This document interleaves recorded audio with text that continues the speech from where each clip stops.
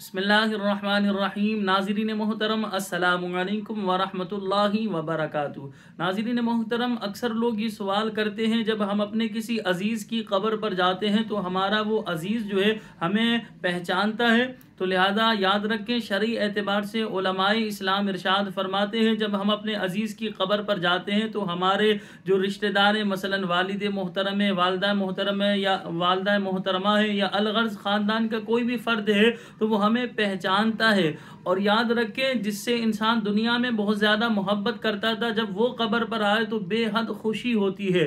तो लिहाजा इससे ये पता चला कि अगर किसी के वालिदैन इंतकाल कर गए तो उनकी कब्र पर कोशिश करें रोज़ाना नहीं जा सकते तो कम से कम हफ्ते में एक बार, वरना महीने में तो कम से कम एक बार जाना चाहिए। इससे फ़ायदा ये होगा कि उन्हें राहत पहुँचेगी, वो पहचानते भी हैं और खुश भी होते हैं।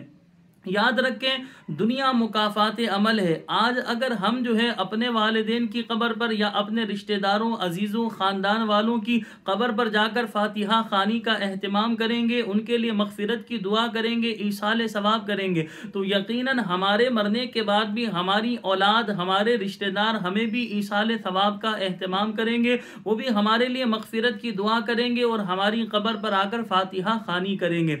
लेकिन उर्फ़ आम में अफ़सोस का काम यह है कि जब किसी का इंतकाल होता है तो हमारे यहाँ जब दफनाते हैं उस वक्त कब्र पर गए, इसी तरह सोयम वाले दिन जाएंगे, 40वें वाले दिन, फिर बरसी वाले दिन, फिर उसके बाद दूसरी बरसी, तीसरी बरसी, और उसके बाद भूल जाते हैं। तो लिहाजा कब्र पर नहीं जाते, फातिहा खानी नहीं की जाती, यहाँ तक कि कब्र का नामो निशान भी गोया कि ख़त्म हो जाता है, यानी वहाँ पर दूसरे मुर्दे को दफना दिया जाता है।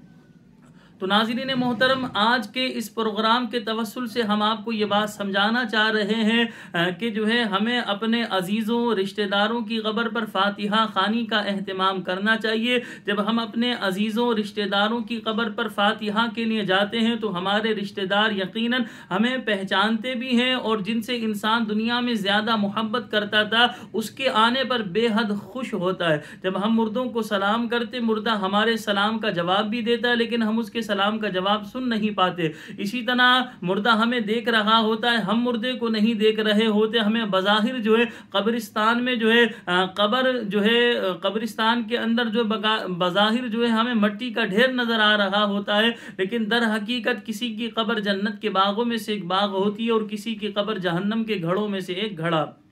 लेकिन हम सबको चाहिए कि हम अपने अजीज़ अकारिब की कब्र पर फ़ातिहा ख़ानी का एहतमाम किया करें। बिलखुसूस वालिदैन जिनके इंतकाल कर गए उनकी कब्र पर फ़ातिहा ख़ानी का एहतमाम करना चाहिए, उनके लिए मग़फ़िरत की दुआ करनी चाहिए, ईसाल सवाब करना चाहिए। जब भी हम कोई नेकी का काम करें, मसलन किसी की वालदा या वालिद का या दोनों का इंतकाल हो गया, तो ये नियत कर लें, या अल्लाह इस नेकी का सवाब मेरे वालिदैन को पहुँचे।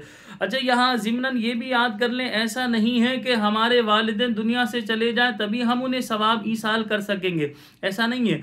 दुनिया में हमारे वालिदैन मौजूद हैं, यानी ज़िंदा को भी ईसाल सवाब किया जा सकता है और एक दिन के बच्चे को भी ईसाल सवाब किया जा सकता है। तो हमारे यहाँ लोग ये समझते हैं कि जब मर जाते हैं मुर्दे ही को ईसाल सवाब किया जाता है, मुर्दे ही को ईसाल सवाब की ज़रूरत होती है। ऐसा नहीं, ज़िंदों को भी ईसाल सवाब किया जा सकता है। जब भी हम कोई नेकी करें, उस नेकी में ये नियत कर लें, अल्लाह इसका सवाब मेरे वालिदैन को और नबी करीम सल्लल्लाहु अलैहि वसल्लम की पूरी उम्मत को, यानी उम्मत मुस्लिमा को इसका सवाब पहुँचे, ये नियत कर लिया करें। इंशाअल्लाह सब तक सवाब पहुंच जाएगा।